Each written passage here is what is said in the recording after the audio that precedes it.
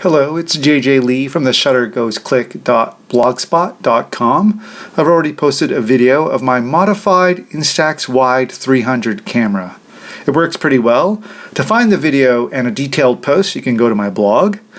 But here are the basics of the mod. I wanted a camera to have no flash, no retractable barrel, and no metering. All I wanted the body to do is develop exposed Instax Wide film. The aperture, the shutter speed, the shutter release are all controlled from a front-focusing Schneider Kreuznach 105mm f4.5 lens from a 60-year-old 6x9 camera, my beloved Baldalux. And what I want to do today is I'm going to show you all the parts that went into attaching the lens to the camera, which is the hardest part of the camera modification. So here's the beautiful lens. It's mounted on a homemade lens board that fits inside a 60mm to 52mm step-down ring. Then next is a filter ring with the filter removed. All of it is mounted backwards because the whole thing attaches to lens hood, which sleeves over the original Fuji Instax Wide 300 lens barrel. But here's the part I really want you to see. The filter ring goes inside the step-down ring. The step-down ring holds the homemade lens board, and the lens board is roughly cut, but it works and it keeps out the light.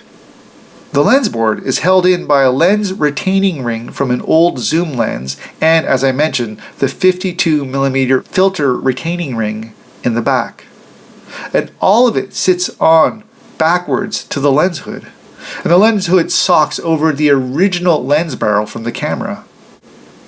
And all of it is intended to hold the lens to just a very simple 52mm Hoya lens hood.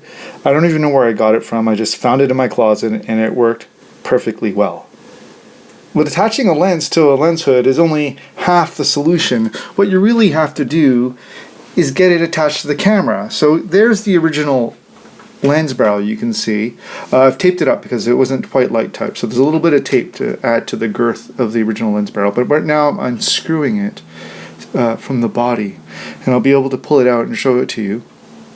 It's a really simple trick. It's only 2 screws, there should be 4, but I've had enough of trying to get it all in. So I'm taping a bit, it's a bit stuck, but you should be able to remove the entire original lens barrel.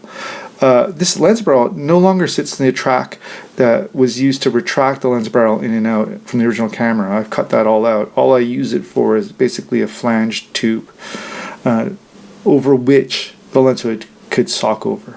And that's it. Of course, the big part of the project is to get this wonderful front element focusing lens over the body. So I'm going to give you a little breakdown now, piece by piece, just little pictures so you can see all the parts. And you can decide if you want to build your mod this way. No guarantees, obviously. So once again, in pictures, you need your homemade lens board. I know it's roughly cut, but it actually works. Then you need a 60mm down to 52mm filter adapter. It's actually quite important. The 60mm is important because it allows me to operate the shutter levers and the aperture levers without having the rim in the way. Then you need a 52mm filter with the filter glass removed, and that acts as a spacer to get the lens the right distance from the film plane, and you can use any number that you need. And there's the retaining ring that holds the lens board in from the front.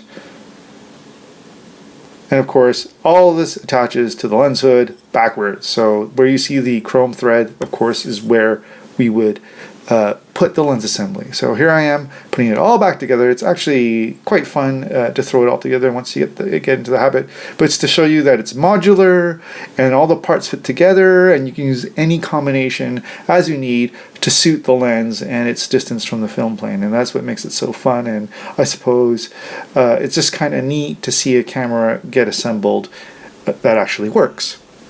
Again, I ripped off the tape earlier, so now I'm putting it back on, and there's the lens hood sleeving over, and it's done. That's shootable camera. You can walk out on the street and take shots. There are lots of ways to go about it.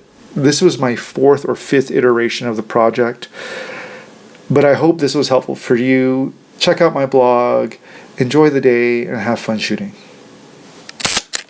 Thank you.